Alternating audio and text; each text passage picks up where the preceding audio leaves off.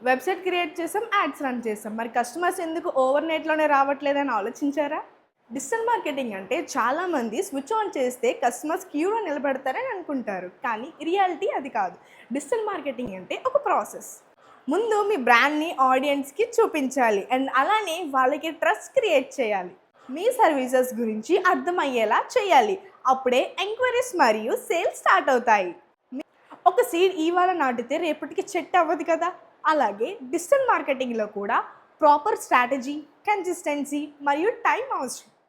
Correct campaign, quality content, strong website, regular ఆప్టిమైజేషన్స్తో results తప్పకుండా వస్తాయి. కానీ ఓవర్నైట్ సక్సెస్ ఎక్స్పెక్ట్ చేయడం కంటే లాంగ్ టర్మ్ గ్రోత్ మీద ఫోకస్ చేయడం బెటర్. మీరు కూడా సస్టైనబుల్ బిజినెస్ గ్రోత్ కోసం డిజిటల్ మార్కెటింగ్ స్టార్ట్ చేయాలనుకుంటున్నారా?